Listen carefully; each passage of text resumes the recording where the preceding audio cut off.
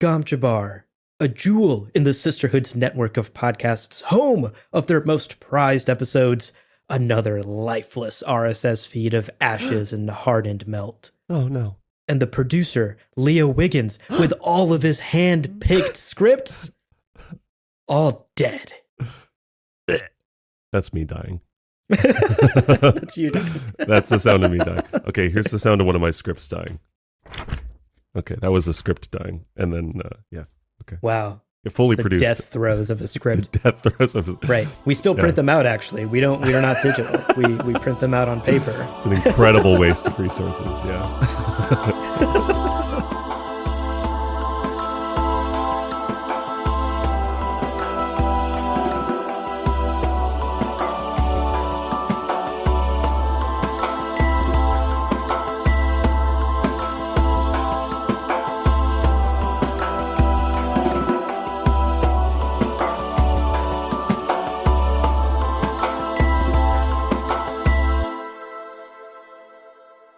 Welcome to Gom Jabbar, your guide to the iconic world of Dune. We'll be exploring the themes, philosophies, and characters found in the sandy depths of this vast universe. From Frank Herbert's groundbreaking novels to the adaptations on film and TV, my name is Leo. And my name's Abu. I'm back from the dead, and today on the show, we are continuing our deep dive into the pages of Chapterhouse Dune. What a fucking crazy set of chapters. What an absolutely insane set of pages that Frank put together for this book. Incredible. It's been a delight revisiting Chapterhouse because I have to admit it has been a number of years since I last read this book, and I have forgotten much of it outside of like basic lore details and big plot points. I had forgotten how early some of the ideas we're going to talk about today were introduced in this book. So I'm excited to get into it, and I'm excited that some of this is like all new to me all of a sudden. Let's take care of our housekeeping before we get too far into it. We're chomping at the bit to talk about it, and shout out Mapes is upset with us because we haven't done our housekeeping. So, as usual, dear listener, spoiler warning, we are talking about only the pages we've covered so far in our book club series. So if you're up to date in the book club, you are safe to listen to today's episode. But of course, that does include all of Frank's books leading up to this final book and these 3 chapters. That's right. And of course, up top, we need to shout out our Kwisatz Haderach level patrons. And folks, today's an exciting day because we have some new names to shout out today.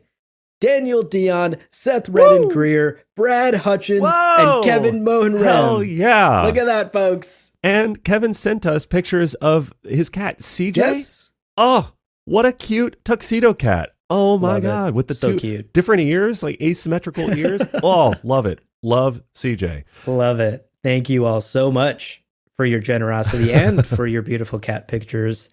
Of course, our thank yous extend to all of our patrons at every level who, as we say every episode, truly build the foundation upon which this show runs. Thank you, thank you, thank you. We couldn't do the show without you. We absolutely could not. And as a quick reminder, if you are not currently in a place, maybe you have subscription fatigue. I just canceled like 6 subscriptions 2 days ago, so I get it. If you are in a place where you can't commit to a subscription, we do have a one-time tip link. So if you decide you want to buy us a spiced coffee, treat us to a spiced beer, something like that, we've got that link in the show notes. We always appreciate it. Again, every little amount helps make this thing possible. So thank you so much, everyone. Okay, so with the housekeeping out of the way, y'all know the plan for today's episode. We'll begin with a summary of today's assigned reading, chapters 4, 5, and 6. Then we'll dive deep into a takeaway today. I'm very excited about today's takeaway. Amazing. And finally, we will wrap up by chomping down on a couple of delicious spice morsels that we have cooking in the oven right now. And as always, a reminder that we often live record these episodes. So throughout today's discussion, you might hear us responding to folks in the live chat right now. Indeed. Who are participating in the discussion. Indeed they are. All right, Leo, before we dive into today's chapter summaries, let's take a quick break. Dear listener, don't go anywhere. When we come back, we're continuing our journey through Chapterhouse Dune.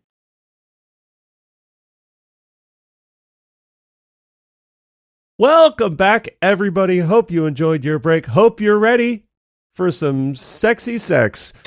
Let's get into our first chapter from the assigned reading. This is chapter 4 of Chapterhouse Dune. And our first, oh my God, this chapter, our first chapter rides along with Grand Dame Logna, the great honored Matre's senior aide. We are with the right-hand lady to the pinnacle of the honored Matres. That's right. Logna is reporting to the honored Matre's sleeping chambers for a chat.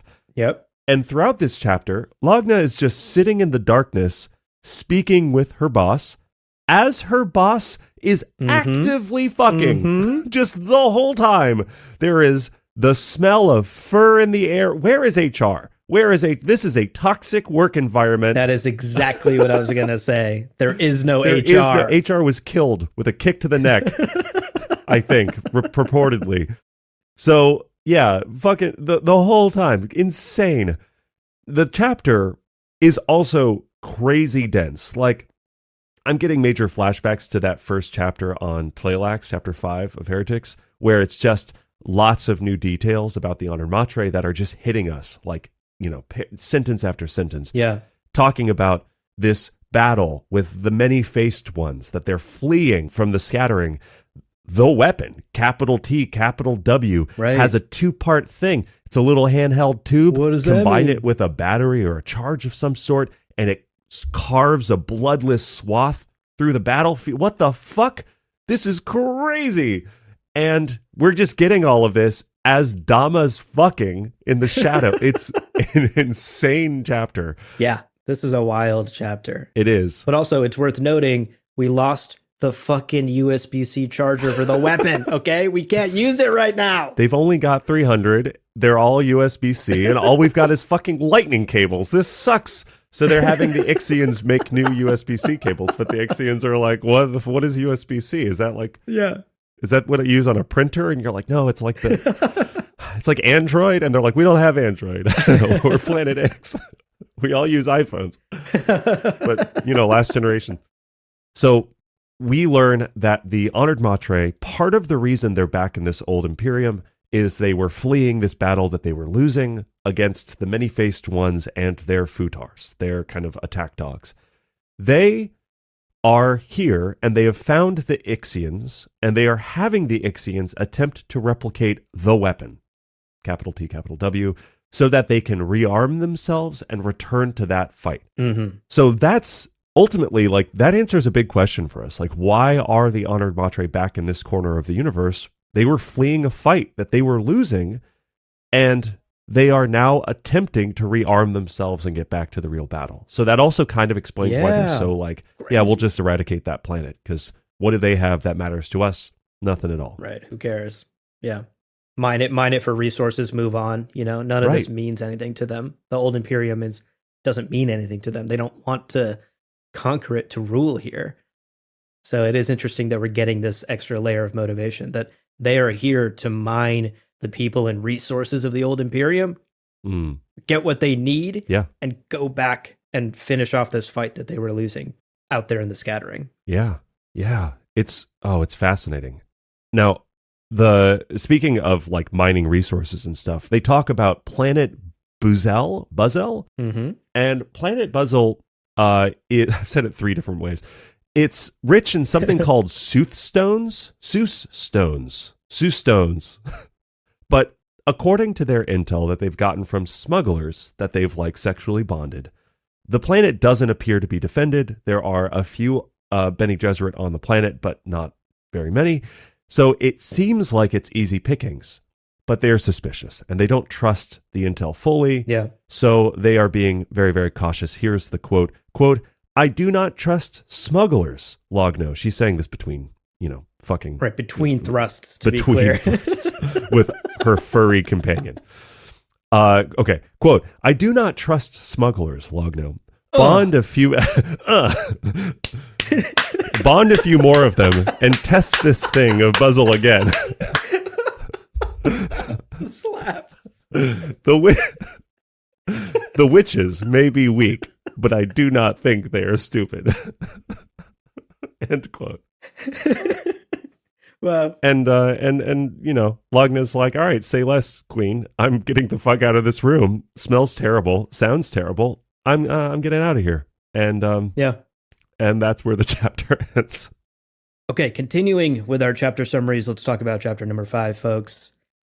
In this chapter, we join Odrade in her workroom as she begins to experience visions of her childhood on the Gamu coast, and this manifests as her inner sea child. And for now, for the summary, we're going to put a pin in Sea Child for a second because we have a ton to say about this idea later in our takeaway. This is what our takeaway will be about.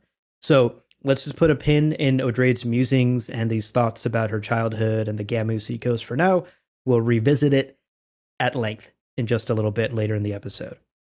What is important to note from this episode is this recurring nightmare that Odrade has been having, in which she is rushing across a tightrope over an endless chasm and being chased by some unknown person whose face she can't see, who's wielding an axe intending to cut the tightrope, dropping Odrade into this bottomless cavern.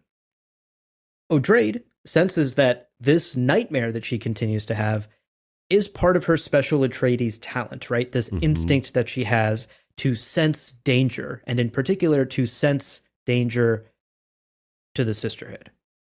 Quote, as she sat in her workroom, remembering the dream, Odrade felt the depth of reality behind that metaphor of a slender rope, the delicate strand on which I carry the fate of the sisterhood. Sea Child sensed the approaching nightmare and intruded with images of bloody waters. This was no trivial warning. End quote. God, I love it. I love it. It's so good. It's so good. And I think it shows that there's a lot to say about Sea Child. I'm going to try and not get into it here in the summary, but I think it's very interesting the insights we get into Odrade and her character, her role as Mother Superior in this chapter. And of course, the foreshadowing that we get here, right? Who's chasing, who theoretically, quote, is chasing Odrade? Is it just the Honored Matres? Is there a greater danger? How is Odrade going to get out of this pickle? How much bloody water do we have to wade through? A lot is being set up here in this chapter as far as foreshadowing for the war against the Honored Matres and the rest of this book. Yeah, in some ways foreshadowing the rest of the chapter too. That's truly. It's a quick payoff. It's like it's something a very quick payoff. Bad news is going to show up, and Belanda's like, "I've got news." Right? Knock, knock, knock, knock, knock. Yeah. No, Belanda's not a knocker. She just opens that fucking door. She's right in. Whatever you're doing, dressed, undressed, doesn't matter. Belanda's in the room. Doesn't matter. Yep. There's no stopping Belanda. Well, you're correct. So as the chapter continues, there is blood in the water. Belanda enters the room and delivers this terrible news that Lampadas? Who knows? Sound delicious. I mean, whatever. I kind of want it, right? Planet, it sounds but yummy. it sounds like a fried, you get some lampadas with some mint sauce. Like some sort of dumpling? Yeah. Anyway, Lampadas has fallen. The dumplings have fallen off the tray. Not the dumplings. And Belanda knows this because her Chom spies have relayed this information to her. And in fact, the Chom spies have confirmed that there are no survivors on the planet, including Burzmali, the Bashar, Short and King. Lucilla. Remember her from Heretics? Lucilla. Lucilla was also stationed on Lampadas, and everyone is dead. No survivors. That's what the reports say. Yeah. That's what the reports say. Obviously, the next chapter will learn not all of that is true. Odrade, obviously shocked by this news, as we all are. This is a huge loss, not just of a planet and resources and human life, but of key personnel. We've lost Burzmali. Yeah. The Bashar that was trained by the legendary Miles Teg himself. His hand-picked successor has been lost. And that's a huge blow in the war effort, certainly.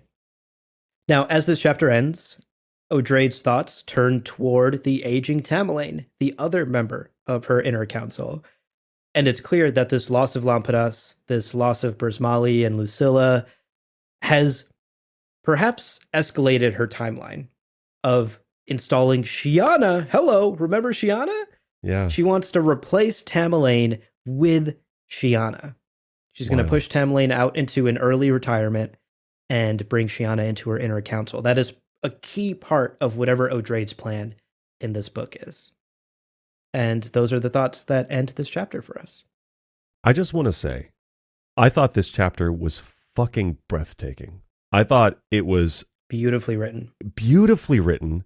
I mean, there's a quote early in the chapter where she's talking about Sea Child, but she says, quote, "Lift and fall of waves, the sense of unbound horizons with strange new places just beyond the curved limits of a watery world, that thrilling edge of danger implicit in the very substance that supported her."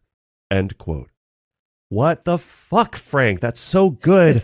And the parallels, the way her prescience is, I should save this for the takeaway, but I'll say it now.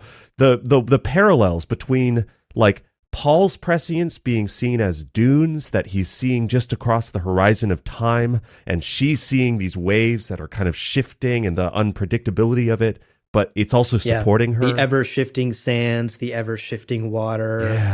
Yeah, the Coriolis storm as this metaphor for Kralazek, but then also the waves that are gentle and it's like, it's so incredible. It's beautiful. It's incredible.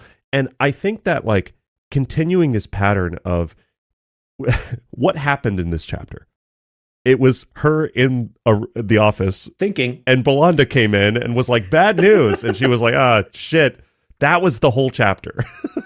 And yet, yes, within this chapter, we get a sense of the stakes. We have a clear idea of what she's dealing with. It's the end of the Bene Gesserit. It's the end of humanity. It's the golden path, the noble purpose. It's all of that. But it's also the humanity, like, man, the fact that she hears that Lampetus, the dumplings have fallen off the tray, right? It is like trillions dead, I think they say, or like tens of billion. It's like so many dead.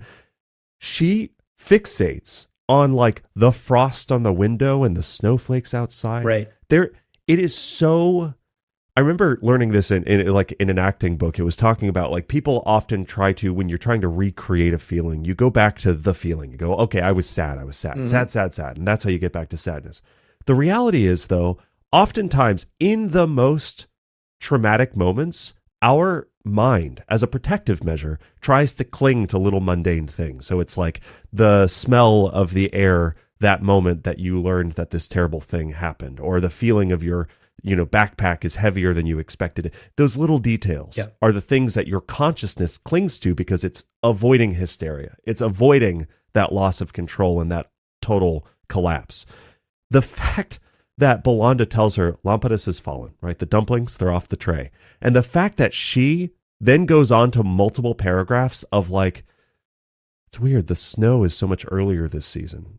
It's like, oh, it's her dealing with the loss in such a human way. I'm like, fuck. And you also realize like this is after Frank's wife Beverly passed away. Yeah. So like how much is he channeling this idea of like trauma and how you work with trauma and how you did? It's like it's straight poetry. It's unbelievably beautiful. My God, I think Frank's really, really firing on all cylinders here. And this is some of my favorite writing in the series. I think this is absolutely beautiful. I agree. I couldn't agree more. Anyway, can you tell I have strong feelings about this fucking book? Do you need to take a minute to look out the window at the snowflakes, or are you good to continue? Oh, there he goes. He's New looking. York is so cold. He's enter like 30 seconds of just silence on the podcast. Right. Just like, and the two hosts looked in their respective lights. Okay. Let's finish our summaries. Sorry for that mini takeaway. In our final chapter today, we are with, surprise, Lucilla. Hello. She's alive. Can't kill her, bitch. Hello. Not yet. Not later. Probably soon, later. though. Not today, though. Probably soon. Not today. Probably tomorrow. Lucilla has survived the destruction of Lampetus and is hiding on, you'll never guess it, Gamu. Love it. And she's like, fuck, I came to the wrong planet. Right, I'm Why back did I come here again. God damn it. I'm back. God damn it. Oh, no. But anyway, Lucilla is in an old farmhouse in the care of a secret Bene Gesserit contact, a retired Suk doctor who we learn is actually a rabbi of a secret ancient society of Jewish survivors. Wow. We're going to do a whole episode on this at some point. But these are Jews in Dune. This is like a weirdly literal thing in the Dune universe. And Lucilla, a big part of this chapter is us riding side saddle with Lucilla as she pieced together the existence of this Jewish society. Man, that whole sequence was incredible. Like, yes, you're correct. And now that you know that, you have to promise that you will die before anyone learns of it. Like this is a secret that most Bene Gesserit probably do not know. Wild. Incredible stuff. A secret that's kept from the masters of secrets. Oh, it's so good. Secrets upon secrets. And you're just discovering. And even, Lucilla talks about this feeling of I've been led into this new inner circle that I didn't even know existed. Yeah. Whoa, that's so cool. And we as readers are going, oh, that's so cool. And Odrade explains that the Jews on Earth many eons ago decided we are going to basically, once space travel became possible, we're going to get out there into the universe and we're going to create safe places for us because we have been so persecuted and there's so much violence rendered against us because of our beliefs. They've been like hiding in just what was it called? There was a great word for it. The Great Cover or something like that. Yeah. The Deep Cover or something like along that. Those lines. Yeah. Very cool. They basically said we are never again going to be targeted for our beliefs. And they did it. They fucking did it so successfully that we are now 30,000 years after being on Earth. They are continuous, relatively unchanged practitioners of Judaism. Yeah. So much so that it's even pointed out that if you were to pluck a rabbi from old Terra, they would feel at home with these people 30,000 years later. Right. Incredible. Fascinating. And definitely deserves its own entire episode because there are a lot of divided takes on this generally.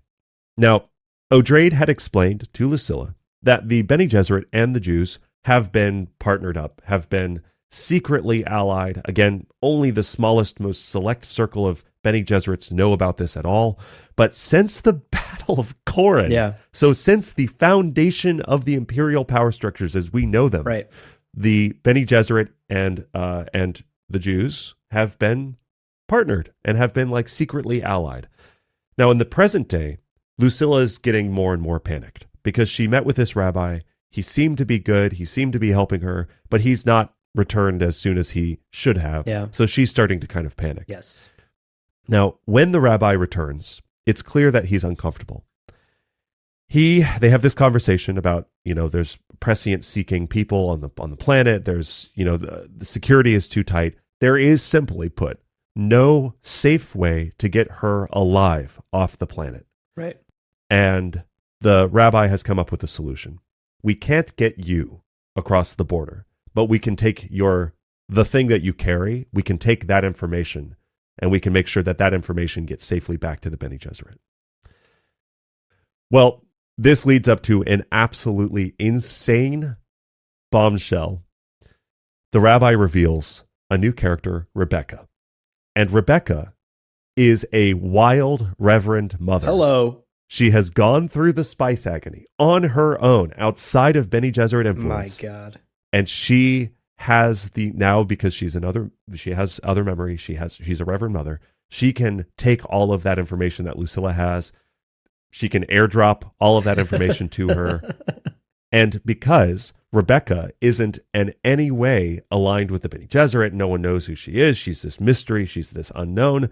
She will be able to get off the planet safely. And she can go to the sisterhood and she can carry all that information back to them. Yeah. Well, part of the thing that we know Lucilla's not going to be super happy about and why we're joking about her being dead tomorrow probably is all of this. Part of what will guarantee Rebecca's safety is if on the surface level, this rabbi and Rebecca sell out Lucilla and say, hey, Lucilla's here. We fucking got her. Get you big bounty on this person's head. Let's cash her in. We hate the Bene Gesserit. And they're like, cool. They're good. Oh, Rebecca's going on a sabbatical. Yeah, sweet. I mean, she sold us that Bene Gesserit. Like, why not? You know, that's the plan. And this is explained, summarized with the quote, "It is the only way we can save ourselves and maintain our credibility." Yeah. End quote.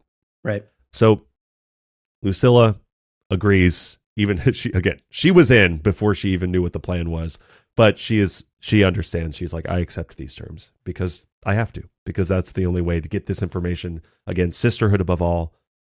If I die, it's too much of a loss. Yeah. So yeah. I mean, speaking of complete cover, right? The Jewish people have not survived 30,000 years by making mistakes and helping, right. like going out of their way to endanger themselves. Helping Lucilla get off the planet might put the target on the rabbi and his people's backs, you know? And so he has come here with a solution that still maintains their secrecy and ensures his people's continued safety, right? And that includes a difficult decision like turning Lucilla over to the authorities. Yeah. I appreciated that we got like a real world grounded example of the types of things that this community has done for the last many, many millennia in order to survive this far, you know? Yeah. It's fascinating. Again, there's a lot to say about this book broadly and about the involvement of these characters, and we will talk about it. Yeah, I think once we wrap up this book, we'll have to have a couple of special episodes, like we did the Terraza plan for Heretics. I think we'll definitely have to do a couple, one or two for Chapterhouse to cover some big things. Just talking about Dhamma fucking in the bedrooms for like an hour and a half, just like the whole time. You're like, so today we're. All right, folks, that is our chapter summaries for today, 4, 5, and 6. Let's take another quick break. Don't go anywhere, though, because when we come back, we're going to be diving deep into the concept of Sea Child, all of the interesting thematic layers there in our takeaway. So we'll see you in a minute. Yeah. Oh, let's do it. I can't wait.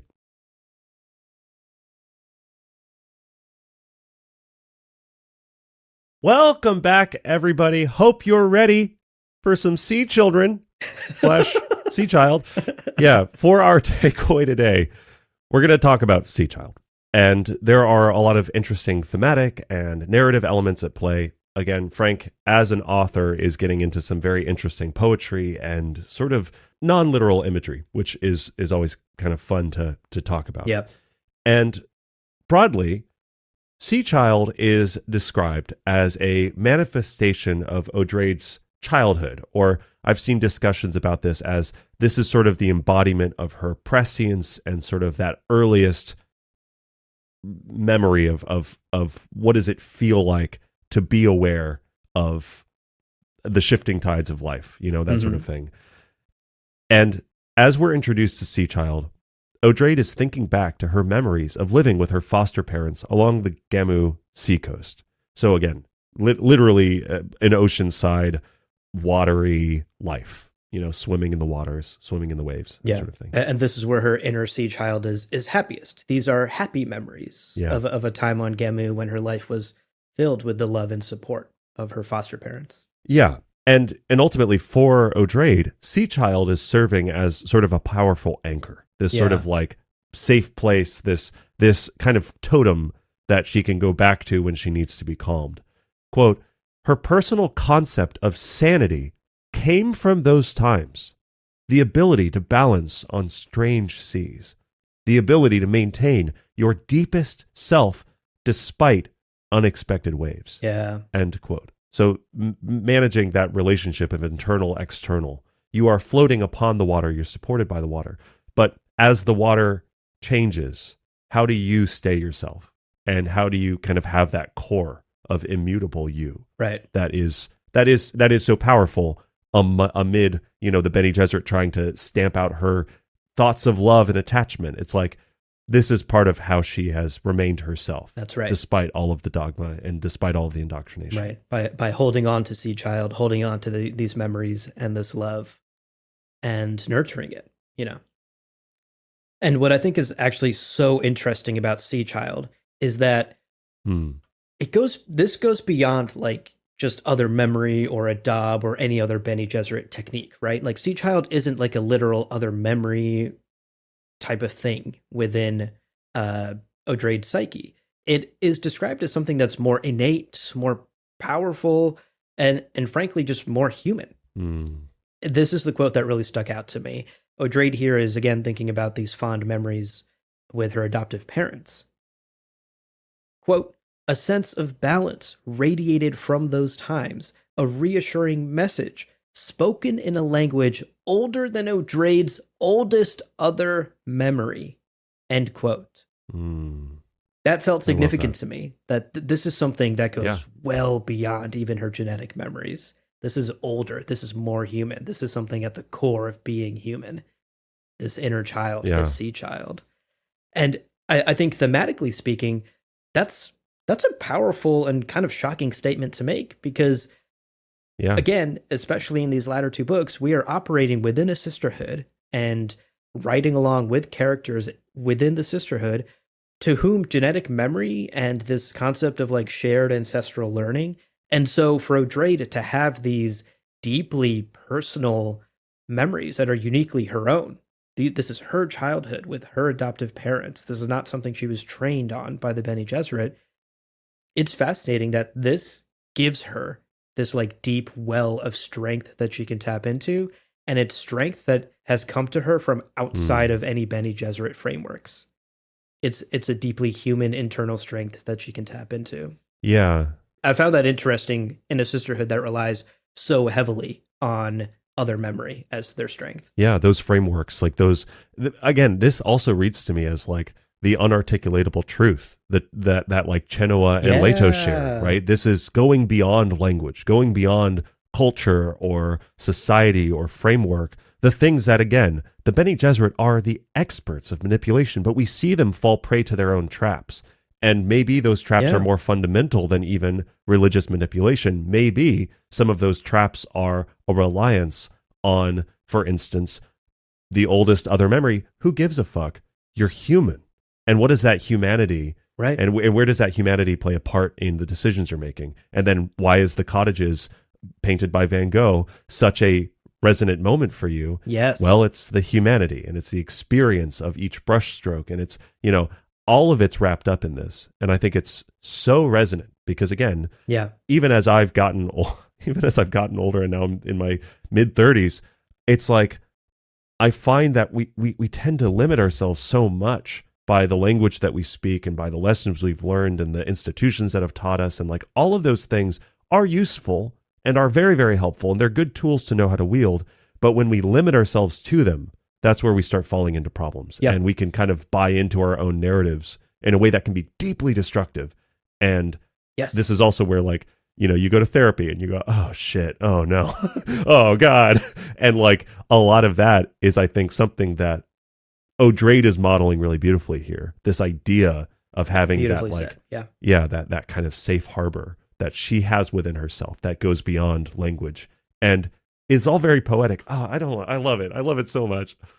It's so good. Yeah, the sea child concept really touched me in a way that felt extremely powerful. And in fact, I wanted to share another quote that really resonated with me because, we're speaking like this is a safe harbor for her. This is something that's so innately powerful for Odrade, and it sets her apart from her fellow sisters.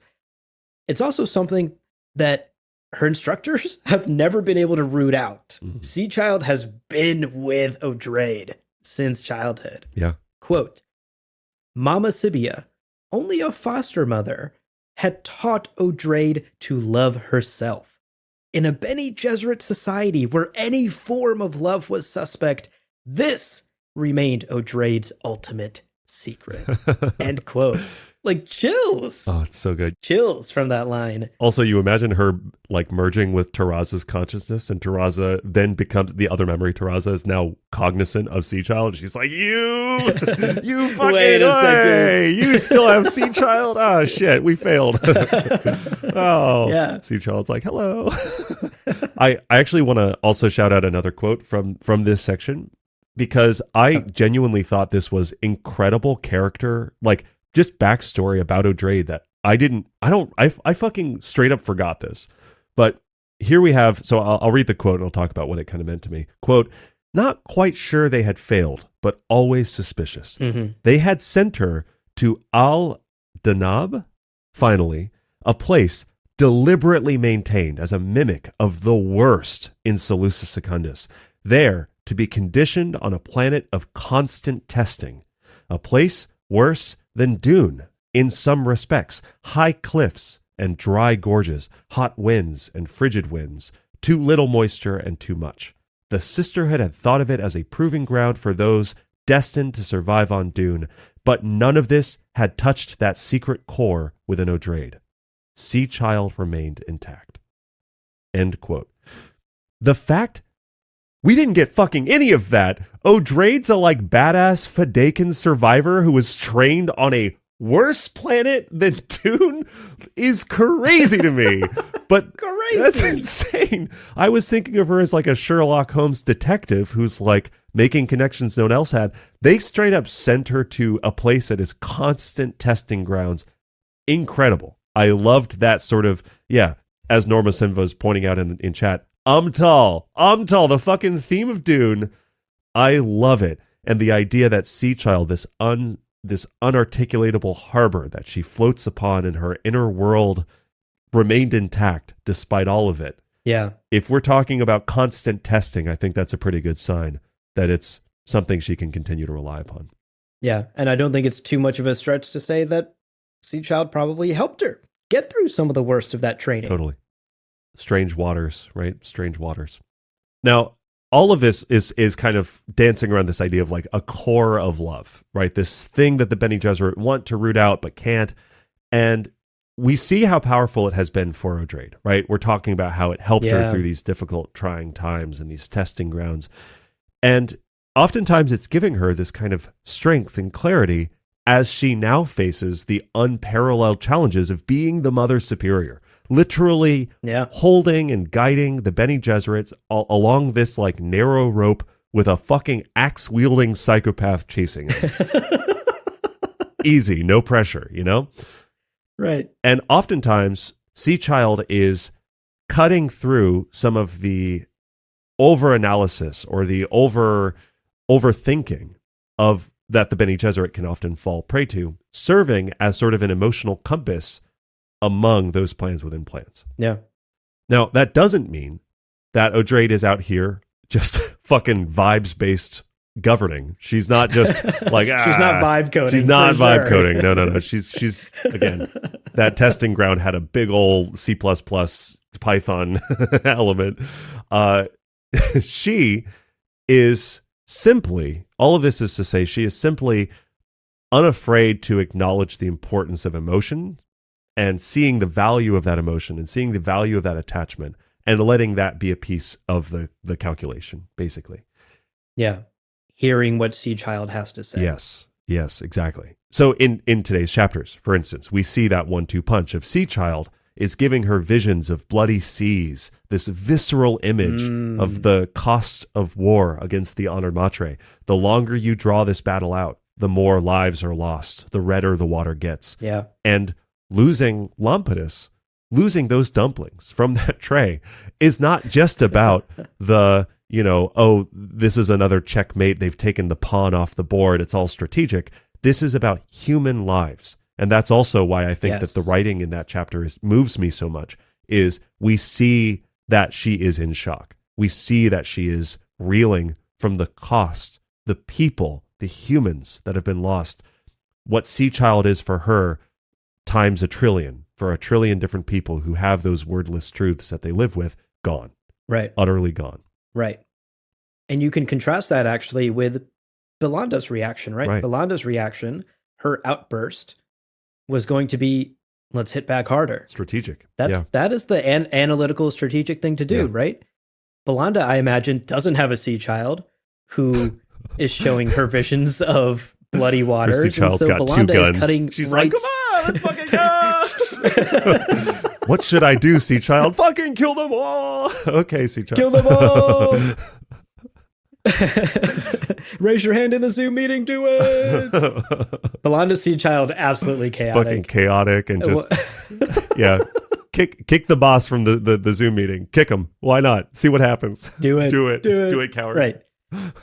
So I do think we get a nice contrast there that like, I don't think we're reading too much into this. This is very much in the subtext of the chapter that Belanda's reaction is not Odrade's reaction. Belanda is not looking out the window longingly at the oncoming winter on Chapterhouse and sad about these losses on Lampedos. She's thinking strategic. And there is a time and place for that. We're not saying never think that, right? But Odrade's sort of superpower is her ultimate secret, is this love and this humanity that she has kept at her core and that she is open to listening to and responding to in a way that many other sisters are trained to ignore instead. I love what you're saying. Like this contrast is so huge. And I think that this is the sort of thing we need to keep in mind as we continue to kind of go through this book. Yeah. I think it's also worth noting that from a narrative perspective, Sea Child as a plot device humanizes Odrade quite a bit. Totally. Right? Yes. In a way that many other sisters that we've encountered throughout the Dune saga have not been humanized. Perhaps Jessica was the only other one. And I think Sea Child is a way for Frank to show us Odrade's humanity, show us Odrade's fears, and reveal to us the Mother Superior's vulnerabilities. And I think it's a really elegant and smart writing choice from Frank. Yeah. Sea Child is a way for us to really connect with Odrade in a way that we perhaps haven't with other characters, even main characters, you know? Yeah, totally.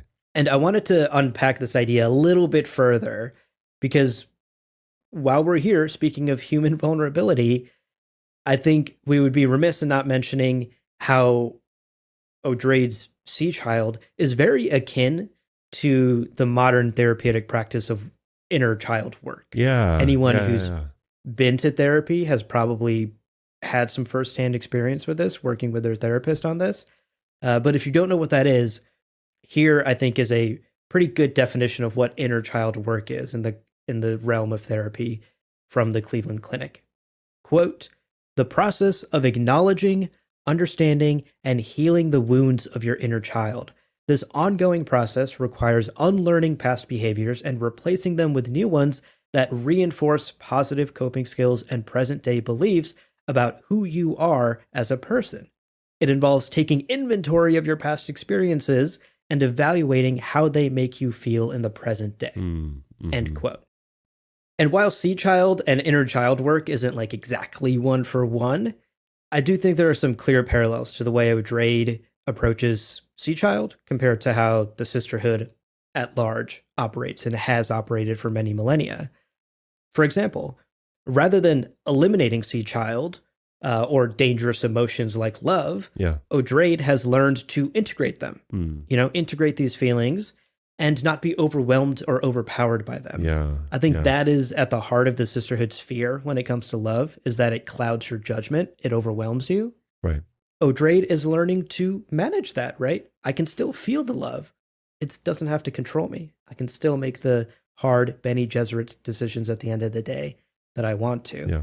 And this very much mirrors the inner child work therapy approach of seeking to like heal rather than eliminate your childhood wounds. Mm-hmm. Anyone who's been through that kind of therapy has certainly worked on that. It's not about getting rid of those bad feelings or those bad memories. It's about healing and integrating them into who you are now as a person, which Odrade clearly has done with Sea Child. Yeah.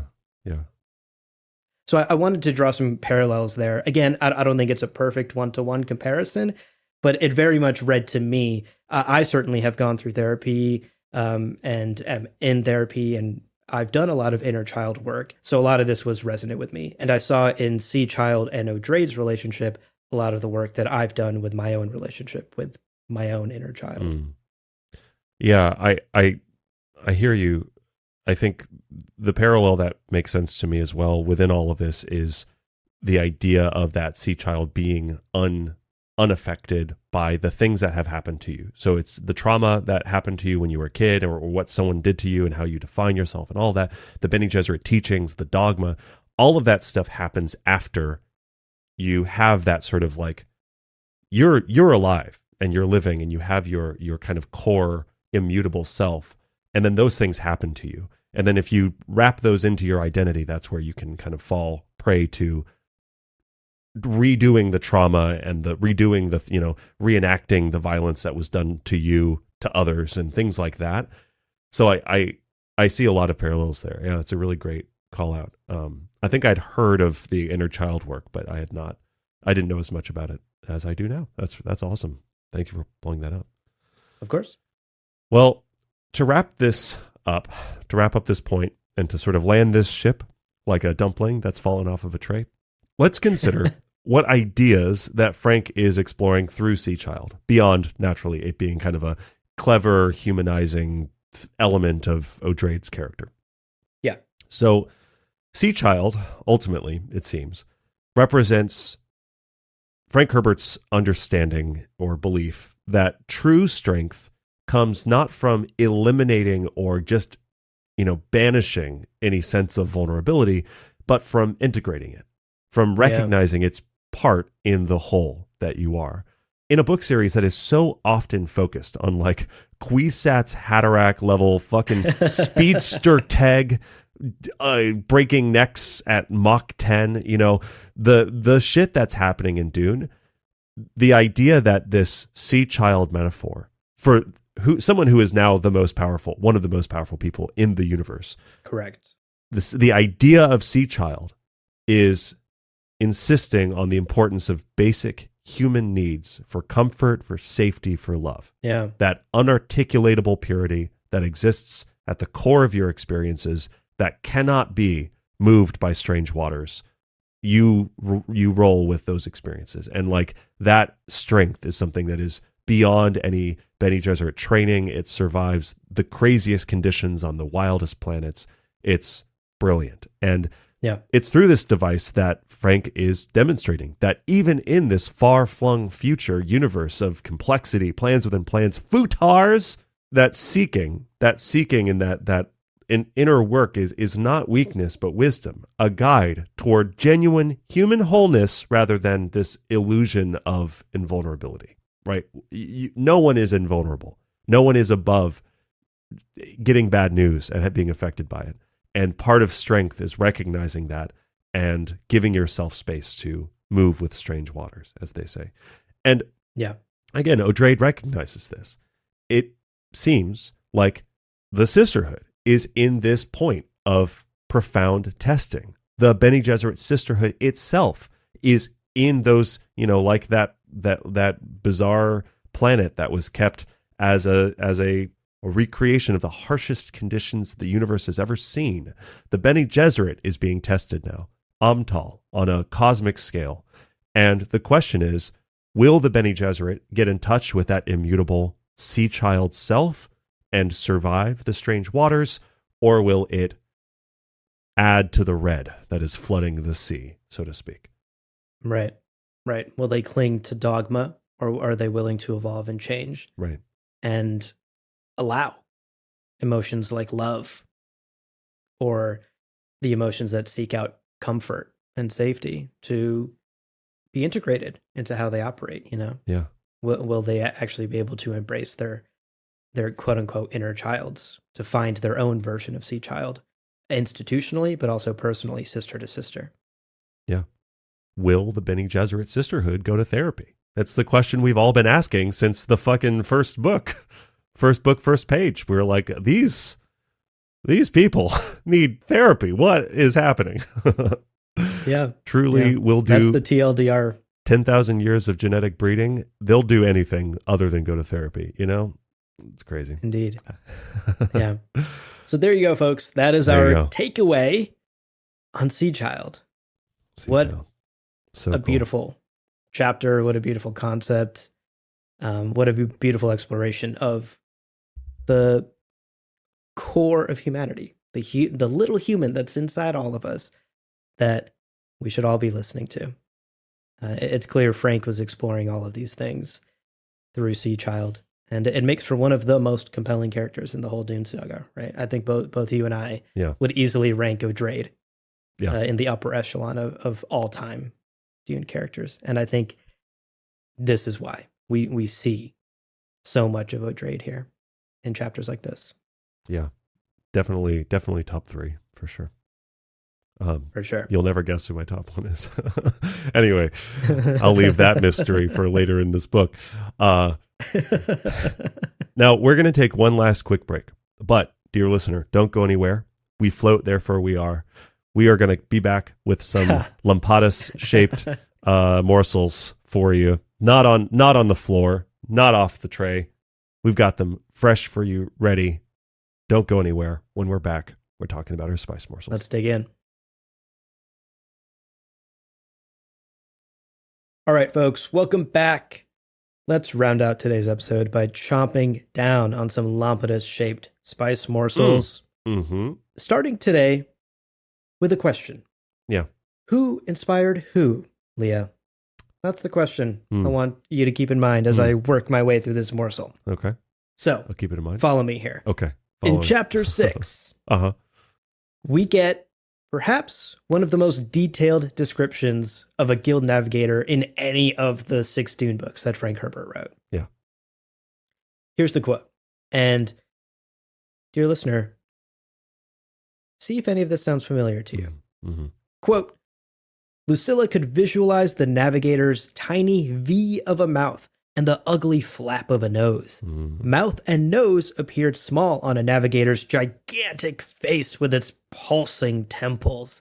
She knew how threatened the rabbi must have felt, listening to the sing-song ululations of the navigator's voice with its simultaneous mech translation into impersonal Gallic. End quote. Tiny V of a mouth and the ugly flap of the nose. Frank Herbert's describing me. Oh, what a bastard. Fuck you. So rude. Frank. So rude, Frank. Oh, calling me out. Wow. For my flap of a nose. Oh, no. Damn. Your nose is not that flappy, Leo. Don't listen to Frank. Frank keeps calling it flappy. Flappy Bird's more like flappy nose. You know what I mean? Got him. Got me. So that is a pretty detailed description. That's pretty uncharacteristic, actually, for Frank to be so detailed in a description about a certain character. And actually, for contrast, here is a description of Edric, the navigator from Dune Messiah, back in that book, which is classic Frank, real vague and short. Quote, a repellent figure, the bold stare, those monstrous feet and hands moving softly in the gas, the smoking swirling of orange eddies around him. End quote. Whoa. Bold stare, monstrous feet. Frank, stop fucking coming for me. He's describing me again. Piece of shit, Frank. So rude. I know you're feeling so attacked. Oh my God. So rude. You know what? This is ridiculous, Leo. Your feet are they're pretty big. They're pretty monstrous. That's though. much more fair. To be fair, just don't talk about my flappy nose, Frank. All right, you piece of shit. So rude. Okay, so I call this out. Why are we talking about navigators? Why are we describing them? Here's why I call this out. I don't know if anyone else felt this, but Lucilla's description here in chapter 6 of Chapterhouse sounds an awful lot to me like the goopy butthole ugly motherfuckers in David Lynch's 1984 adaptation. Oh, in that so film. Such a butthole. Yeah. And so this leads me back to the original question I posed, Leo. Who inspired who? This makes me wonder, did Lynch's version inspire Frank Herbert to write this in Chapterhouse? Or is this the description that Frank gave to David Lynch when Lynch was designing navigators for his film? Oh, yeah. I sought out to try and answer this question, and it kind of pretty much comes down to timeline. Lynch's film was released in December 1984, and the film completed principal photography in September of 1983. Okay. When we take a look at when Chapterhouse was written and published, Chapterhouse was published in April of 1985, and based on records that you dug up in the Fullerton archives, actually, we know that Frank hadn't sent his final draft of Chapterhouse to the publisher until somewhere in the ballpark of like April 1984, about a year before it finally made it to publication. So that doesn't definitively answer whether or not Frank had this image of a navigator in his mind and in some notes and drafts somewhere. It's fun to speculate that maybe this is the description that Frank gave to Lynch as Lynch was making his movie. Yeah, certainly possible. Or even like my speculation even goes further, because like, what if the two of them sat down and thought of this together? What if Lynch was like, what's a navigator look like, Frank? And Frank was like, I've never fucking once thought about that. And Lynch was like, well, I got to make a movie, bro. So we got to come up with something. Yeah. And like, maybe this is the end result of the two of them putting their minds together.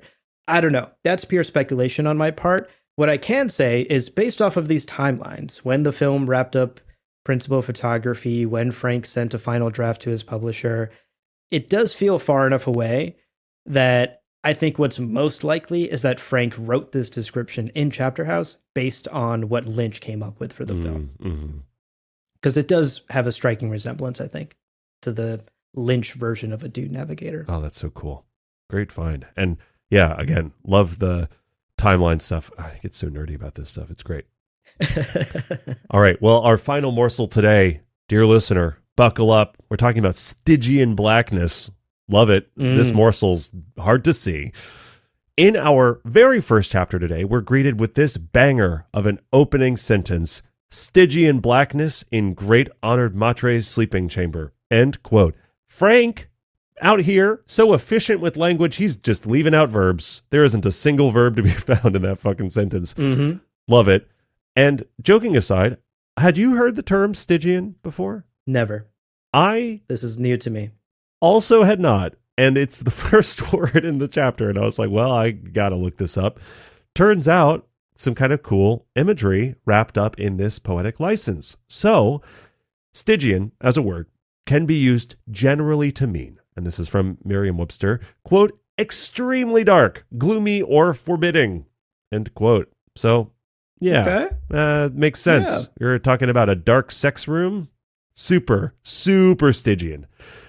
And that tracks. Now, dear listener, I want you to try to use Stygian all the time in your language. Let us bring this word back. It sounds so fun. Let's do it. For instance, man, news cycle these days, so Stygian. Oh my God, are you kidding me? Man. Stygian as fuck, dog.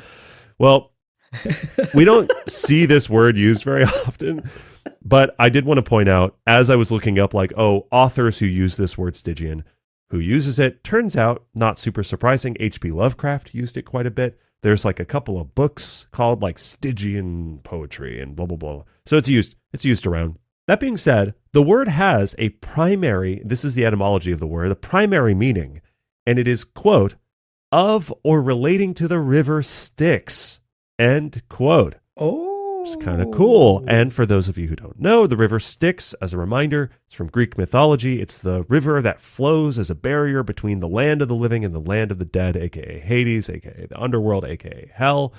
This is the river that Charon, the boatkeeper, rides upon, and it's all very mythological, right? This is the barrier of life and death, which begs the question: did Frank intentionally elicit this mythological Greek river of life and death as the bedchamber for the great honored Matre? Is she this barrier of life and death? And this is, again, fun. Also with some of the verbiage around the bloody waters and the water verbiage from Odrade's chapter. There's a lot there. I think that's kind of cool. Or was he just dropping some gothic SAT vocabulary? Hard to say, but either way, the language is, hopefully for you, dear listener, a little bit more evocative now that you know Stygian, if you didn't already, was evocative of the river Styx and dark and gloomy and especially foreboding. I think it said forbidding in the Merriam-Webster. I was like, do you mean foreboding? Anyway, either way, it's very clear to us the room was Stygian and Dama was fucking. She be fucking, dog. She be Stygian as fuck, dog. Well, those were our chapters. That's our episode. That is our episode, folks. My goodness. Yeah. Another great set of chapters. This book has been a blast so far. I'm excited. Yeah. Oh my God. So fun. Okay, we have a homework assignment for you, as always, with these book clubs. Dear listener, for the next book club episode, make sure that you have read chapters 7, 8, and 9 in the Ace paperback version, or if you have a different copy than us, read through the chapter that ends on the sentence, quote, "What have we done? Israel help her." End quote. Man, what a great book. what a ride this book is. I'm excited. Woo! Well, before we let you go, dear listener, we want to remind you of some ways to support us and what we do here at Gom Jabbar. And of course, also keep in touch with us. 2 best ways to support us: become a patron. Get yourself some Dune themed swag from our merch store. 2 best ways, for sure. Those links are in the show notes. For as little as $2 a month, you can support us and what we do here at Gom Jabbar. That's right. And we love to hear from you, especially during these book club runs. Your thoughts, your questions, pictures of your cute pets are truly what sustain these book clubs. So email us at gomjabarpodcast@gmail.com. And you know what? Tell us how Stygian black your room is at night. You have blackout curtains? Yeah. Let us know. gomjabarpodcast@gmail.com. Use the word Stygian in your email in some way. We challenge you. Oh, that's fun. I like that. That's cool. Yeah, we should give, that's fun. I like that idea. Yeah, you used to say like, yeah, just send us the number of how many breadsticks you could eat or whatever, like the Olive Garden breadsticks. At Olive Garden, yeah. If you went to unlimited breadsticks. Yeah. There was an email we got one time that was totally blank, and the subject line just said 6. Which is like so. And I was like, what is this creepy email we just got? Yeah, also believe in yourself a little bit. You can't even do 7? Come on, have a glass of wine. Put down another 3. Oh, look, those breadsticks are heavy. They're thick boys. No. 6 is a lot. I don't know that I could top 6. Oh, I believe you, dude. Damn, now I really want Olive Garden. That's like right? such a lame thing to want. Oh. But I'm not craving Olive Garden.